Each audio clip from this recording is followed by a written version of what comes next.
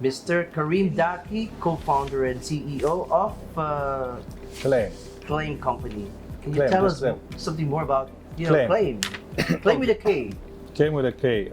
So hospitals, I mean, I can send it to you. Hospitals, clinics, pharmacies, and laboratories are bleeding cash every minute as a result of rejected medical claims and extreme delays from insurance companies. So at KLAIM, we stop the outflow by minimizing revenue loss for healthcare providers and enabling healthcare providers to manage cash flows more effectively. So what is KLAIM? So it's a smart software as a service platform connected to the national health information exchange systems of the UAE and Saudi governments, currently with more than 2.3 million digital claims that are feeding our data science algorithms that are helping us build a massive barrier to entry. And to complement the tech platform, we have added a unique fintech element into it. It's a funding vehicle called KLAIM Capital that buys unpaid medical claims from healthcare providers, giving them instant access to cash that they're entitled to. So in the span of 3 months, we've built very strong momentum, expanded in 2 countries, raised $1 million in seed, and secured $2 million of debt funding for our financing business KLAIM Capital. We expect to reach $1 million in sales in the next 12 months and onboard more than 300 facilities. So you're more focused on medical businesses. Yes. So when we go to the doctor, we don't pay the full amount. Yeah. We just pay a small portion of it. We present the insurance card and we pay a small portion of it. So the rest is supposed to be paid to the healthcare providers by insurance companies, right? But what happened is that the insurance companies, so now to claim that money from insurance companies, the healthcare provider needs to submit a medical claim, and they do it digitally, and they do it, for instance, through our platform. But what happened is the insurance companies, they start rejecting the claims because they don't want to pay them. Yeah. Okay. And this is where your business comes in. Yes. Okay. So we are trying to solve this problem whereby, so why they don't pay them? First of all, is the process of submission and going through the claim acceptance is very cumbersome. That's one. The second reason is that they start rejecting claims. They have 99 reasons for claims to reject claims. Rejected. So a claim that is rejected is revenue loss for the healthcare provider, right? So it's very, very critical for them. And then when the claims have to be paid and the insurance company didn't find any excuse, then they delay the payments. Mm-hmm. So that is causing another issue for them, which is cash flow management. And then they're having difficulties paying their staff and things like that, right? So you see in small clinics, sometimes they struggle with their, with making payments on time, etc. Sometimes it's coming because the money that they're supposed to get from insurance companies get delayed. Okay, so you're talking about the assistance that you give to those providers or any other companies who are into claims, but can you just give us an info that how many percentage of this successful claims that you have already acquired? No, so the way we do is that we have a platform that the healthcare providers use to submit the claims electronically. So it helps them make the process faster, error prone, minimize human errors because there's automation in it, and so on and so forth. But that's one service that we offer. Second service that we offer is that when they submit the claims and they have to wait for a long time to get paid, we just go and buy these claims from them. So we give them money up front. They don't have to wait for it. And then we wait for the insurance companies to pay us. So there's a technology and there is funding, and we do both. But all specialized to help medical healthcare providers so that they can continue to pay their Filipino nurses, their doctors, So if you want to tie it up. Yeah. Bella has something to say. Can you tell us what are the causes of delayed or rejected payments by insurance companies? So some of them are administrative. For instance, the staff. Take a Filipino nurse. So she is a reception. She is nurse. She is helping the doctor. She is managing the insurance claims at the same time. So because all of that, they don't have the time to do the work properly, Okay, so they need a way for them to speed up the work and make sure that it will tell them this is a mistake here, a mistake here. Because the moment they submit these claims that they made a mistake in it, they don't get accepted. And what happened is that the healthcare provider lose money. Correct. The people that work in medical insurance field, medical insurance coordinators, doctor, nurses, receptionists, to submit their claims successfully. Okay, so that's one. Now, why this is one area they make mistakes. It could be the demographics on the patient, wrong insurance number, wrong selection of wrong insurance, wrong Emirates ID. Then you have other type of errors which are more related to medical coding. The medical coder is not good, didn't make the right codes for the diagnosis. Or sometimes the doctor has prescribed something that the insurance company doesn't agree with. It's called extra billing or upgrade coding, or where they try to upsell. So there are different reasons why claims are being rejected. In total, you have something like 99 reasons. Sometimes prior authorization for the service hasn't been obtained. Sometimes they haven't even checked if the healthcare provider has checked if you are covered or not. Sometimes your coverage expired and they didn't check it. So there are, as I said, 99 reasons for claims to be rejected.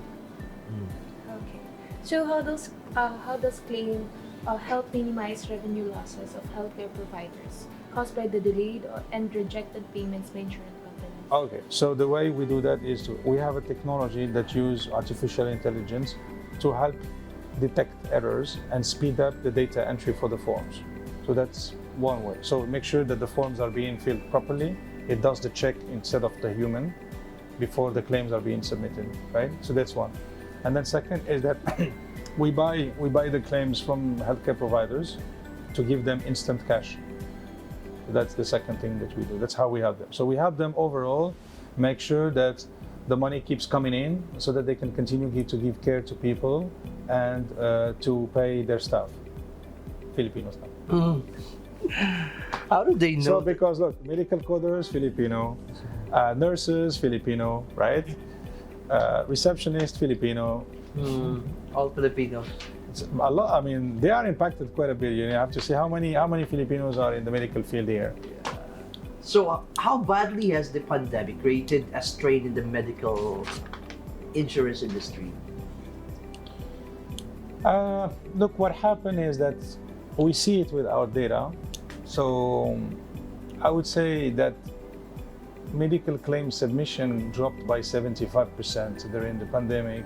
So they suffered quite a bit too. We have an example of a hospital in Abu Dhabi that got hit quite a bit. So they were investing in other facilities, so they needed investment. Second is that the pandemic came in, hit them, okay? So they were struggling with finance, etc. So even their new facility now, they have to sell it to somebody else because they were not able to cope with the financial demand from both the facilities. So some of them have got a hit. Yeah, but the smaller clinics got a hit also because people were not. But that gave rise to another type of care, which is teleconsultation, telehealth. So we see more and more the emergence of telehealth, whereby now you can go and see your doctor online, which was not the case before. And the second thing is that you see more and more doctor at home. So more and more facilities are offering doctor at home. What inspired me? Yeah, what inspired you? So I'm an entrepreneur at heart, and I like to solve complex problems. And then I saw this problem by talking with my partner, who was in the medical billing space, who was doing things manually. So I come from a technology and finance background. So I said, hey, no, there are new technologies that can help us solve these things. So you don't have to do, and your staff don't have to do all these things manually. And that's how the idea started. So the origin, the main passion is to solve problems. And I found this problem that is very impacting for everybody's life. Where everything that impacts healthcare is impacting all of us one way or another. So I found it quite inspiring to be able to solve something that is difficult and something that can ultimately benefit from a lot of people. Sure. Can you share with us what are your tips for the entrepreneurs who want to start a business? Oh gosh, there are so many. You know, I advise entrepreneurs to manage their relationship with investors or raise funds, or there are so many. And I think maybe the biggest one would be that even if you have a brilliant idea, you have to test it with the market, and you have to take the time to test it with the market. So a lot of the mistakes that entrepreneurs do is they don't test enough with the market, their idea. So by the time they start building, so they start investing in building the technology. If it's a technology business, they start building the technology, and then suddenly they realize that nobody is using the technology. So they've wasted a year of their time or 2 years of their life with no salary, no investing their own savings into that, and the failure rate for startups is very high. It's like 90%. So to be part of this 10% that succeed, you have to make sure that you take the time, you don't overinvest, you test the water slowly by slowly. Sometimes you don't need to leave your job, you can just continue doing your market research while you are in your job. And when you are convinced 100% that there is demand and you have evidence for it, then you start taking more risks and investing. So for me, entrepreneurship is about risk taking, but if there are smart ways of taking risks so that it doesn't end up in a family drama or like a personal drama. Okay, my question is from your personal point of view as the specialized entrepreneur, what do you think is the best business? Because we cannot avoid people or businessmen opening business in this pandemic period. So You mean what do you think is the best business to operate or to run this pandemic? during pandemic? Look, think about it. Retail is moving online, and this trend is accelerating with the pandemic. So everything is now shifting more and more online. So, for instance, in our case, we are focusing more and more on seeing what can be done on the pharmacy business online, right? So that's one. So everything that's going to be related to real estate, you have to be careful, because now more and more companies also internationally are allowing flexible work policies where employees can work from home. So you don't need these big offices anymore. Offices are going to shift, they're going to transform, they're not going to be the design in the same way. If you want to do something in real estate, it has to be flexible co-working spaces where people can come in. You don't want to work from home, but they don't want to go to the office. They can take a subscription in places like WeWork or Australabs, for instance, and they can come and start working, maybe half a day from here, and then they work at home. So I think that's from real estate. Online businesses, anything that is serving people online. So we see groceries online have boomed. We see telehealth is increasing. We see organizing online events, specializing in organizing events. So all of these events that were offline, now they have to switch online. So a lot of video editing, video editing is something that is going to be on high demand, I think. Content generation in general, financial services, digitalizing financial services. These are some of the areas where so if you are into a traditional business, you have to really think about how you want to. Let's say somebody is doing some crafts and selling a small shop, some jewelries or etc.